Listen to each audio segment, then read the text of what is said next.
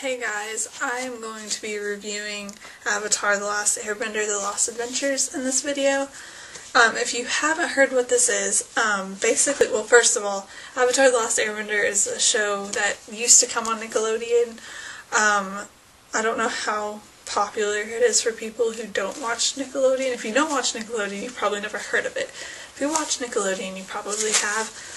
But Avatar is one of my favorite shows ever, so I was incredibly excited for this. And first thing I want to mention is the cover. I do not like this cover because Aang looks scary to me in this picture. Like, just the look on his face, I don't like it.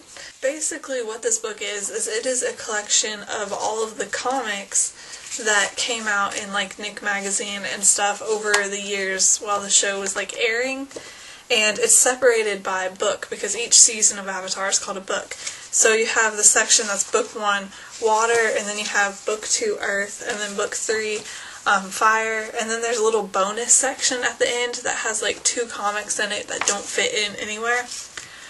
I had read a decent amount of these comics before, but it had been a really long time, and I think I had some of the Nick magazines that these were in because I don't remember really getting Nick magazines, but I think we did for a little while. But I have no clue where those are now. They've probably been thrown away and everything, so I don't have any copies of any of these comics except the Wang Fire comics, which is a season 3, book 3 comic where Sokka joins the Fire Nation army, and those were released in like 4 different volumes with the book 3 DVDs, and I have those. But now I have them in here as well, which it's cool in here because they're all together. One thing I noticed with these comics, I like some of them a lot better than the others because they're written by a wide variety of people and drawn by a wide variety of people, and some of the comics, the drawing style is weird, or I don't think there's some canon mistakes in some of them. I'll just kind of go through some of the comics, I guess, and kind of comment on some of them. One thing I find interesting, there's one comic in here called Sokka the Avatar, where Sokka's trying to impress a girl by pretending to be the Avatar. And I just find this funny because, like, in different places in the Avatar fandom, you see jokes about Sokka, like, being a pimp and stuff like that because of Sokka and Yue and then Toph having a crush on him. So now there's this random girl in this comic, too, who only agrees to go out with him because he pretends to be the Avatar, but there's this one, Dirty is Only Skin Deep, which I think is where Katara tries...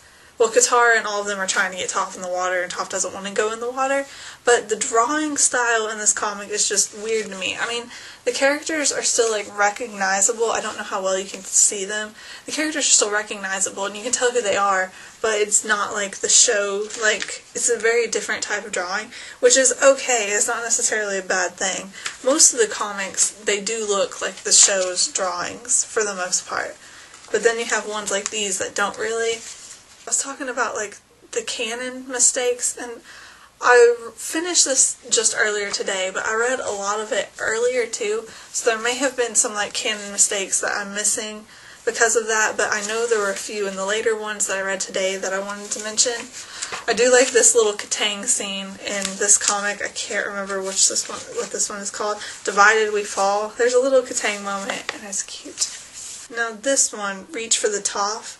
The drawing style is really weird in this one. I don't like how they look. I don't know if you can see this picture with Aang and Toph, but they look rather strange, I think. And Katara over here. I really don't like the drawing for this comic. Then we get into the comics that were supposed to be the gap between... For those of you who don't know, there was an Avatar Nick mag that came out that had a bunch of comics that are supposed to take place in between book 2 and book 3 to, like, kind of bridge the gap, and that's where, like, Zuko and Mei started dating and everything, and these comics are all in here. Like, here's the one where Zuko and Mei start to date. I do really like this comic. Now we're on book 3, Fire. This is the Wang Fire comics. I think they're called Private Fire. I think that's the name. where Sokka joins the Fire Nation army. It's a funny comic. This comic here, called Boys' Day Out, is where it involves Katara and Toph dressing up as guys, and them as guys actually looks rather impressive. Try and show you. Right here, they're like the people right there. That's Katara and Toph as boys.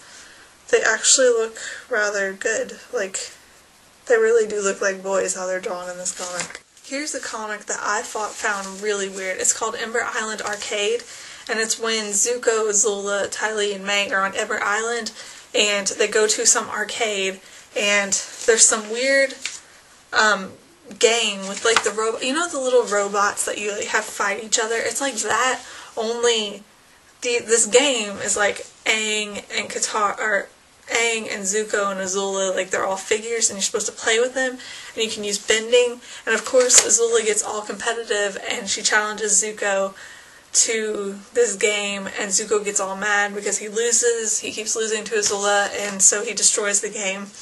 But the drawing style in it is really weird too. I don't know if you can see it. And the way the characters act in this bothers me, really bothers me in this, because I know there are a lot of people who don't like May because of her personality, but in this comic it's really bad. All she does is complain the whole time. Like, it's worse than she is in the series. And like, there are just several things in this comic that make me wonder if the people who actually wrote it, like how much they know about Avatar, or if they just watched like one episode, because I think this is one of the ones where I found a mistake that doesn't make sense. Oh yes, Azula calls Zuko her little brother in this comic, which isn't true. She is younger than Zuko. He would be her big brother, but she refers to him as little brother in this comic, and that bothers me a bit because he's not her little brother. And then I just find the whole premise of this comic really weird, because they're just playing this like game. Zuko's being himself, Azula's being Aang, and they're trying to like fight each other. Combustion Man on a Train was another interesting comic. It just involves Sokka and Aang are just looking at this train, and they decide they're going to ride it with this little girl because she's scared. She has to try it on her own. And then Combustion Man shows up, and they have to like save the train and the little girl's cute. But it was just weird. I mean, this train is completely wooden. Like, you can see the seats and everything. The fact that they even, like, have a train, I guess that helps the whole steampunk thing they're going for. Like, I mean, several times in the Avatar series, but Korra is definitely going to be, like, steampunk. But it's mainly just the fight with Combustion Man and, like, helping the little girl.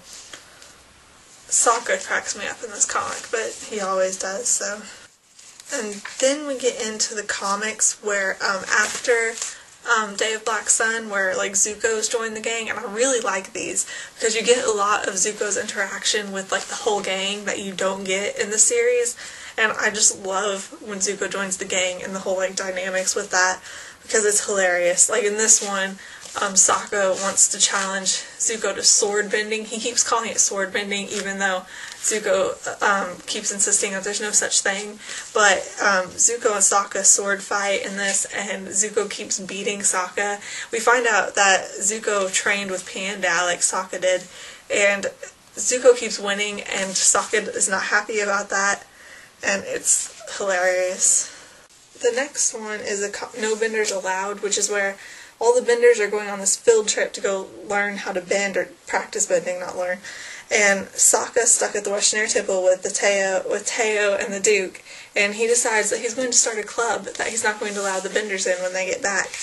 And it's hilarious because Aang's freaking out because he wants in this club, and others tell him not to worry about it, it's stupid and childish. And then the next morning, Aang shows up at the club and is like begging to get in, and Sokka's like, well fine, I think I can make another exception. Aang's like, another exception, and he goes in, and Zuko and Katara and Sokka are all in the club, even though they told Aang he shouldn't worry about it because it was stupid the night before. And he asks why, and they all make up, like, I think Zuko's thing is they're having a, this is what it says, Aang says, I thought you guys said this was dumb kid stuff. And Zuko says, well, they're having a pie show tournament, and it's, what Uncle would want. And then Toph says, free foot massages twice a week, enough said, and Katara said, and you know, the hats. because Sokka has a bunch of hats in there. But I just think it's hilarious. There's also Love is a Battlefield, which is a really heavy Katang comic, so of course I love it. See at the beginning, Aang's drawing that in the sand, or dirt, whatever. But it's basically Katara comes up and wants to, like, bend and stuff. She ends up bending water at Aang, but he wants to talk about the kiss, and she won't talk about it. And he yells at her for avoiding it, and you can see there's the, like, kiss, flashback to the kiss. He yells at her for avoiding it, and Katara gets all awkward. And, like, Aang runs off. So it's, like, as if it's, like, a missing scene where Aang actually tries to talk about what happened, but Katara won't. And one where Aang wants to play Sokka wants to play hide and seek, and I find this hilarious because Zuko jumps out at Sokka and then starts, "Ha, got you, I win, hide and shriek." And then Sokka asks, "What was that?" "It's hide and seek, Zuko. I got you." And then Zuko stomps off saying, "I really hate games," which is just hilarious. Like I said, I love Zuko interacting with them. It's hilarious.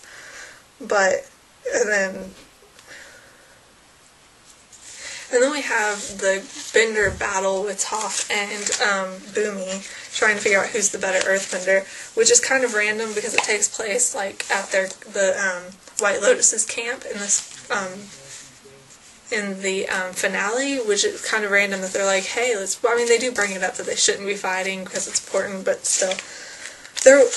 Which reminds me, this hide and seek game, this takes place while they're on Ember Island, like the whole gang before, and Suki should be with them, but she's not in the comic.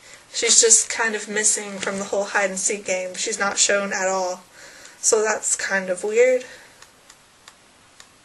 And then we have the bonus stories, which are cool but not incredibly, like, exciting.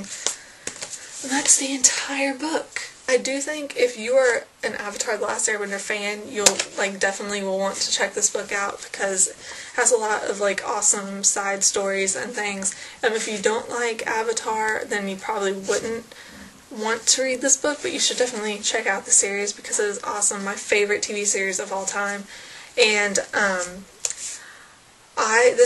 reading this, and I was actually listening to From the Spirit World, which is an Avatar podcast, right before I filmed this video, and it's making me in a really Avatar mood, and I want Korra so badly, because the podcast I'm listening to is talking about Korra, and I watched the trailer, and I'm reading all this stuff about it, and I just want it so badly, and I can't wait until it airs, and I am so excited. But yeah, I definitely recommend this for Avatar fans. If you're not an Avatar fan, you should be, and you should go watch it. And aside from a few of the comics not being so great, I do like them overall. I'm also really excited for they're having a new comic book series coming out for Avatar that bridges the gap between this show and the new Korra series. And I'm really, really excited about that. I think we got some new information about that the other day. Like, we are going to find out what happened to Ursa in that comic series. We see the rest of Zuko and Ozai's conversation that's cut off in the finale. You see the whole thing in the comics, and then it apparently skips to a year later. That's what I heard the other day. I can't remember where the information came from, but I remember it was from a reliable source. Otherwise, I wouldn't have believed it. So, yeah, I will stop rambling about Avatar now, and I will see you guys later. Bye.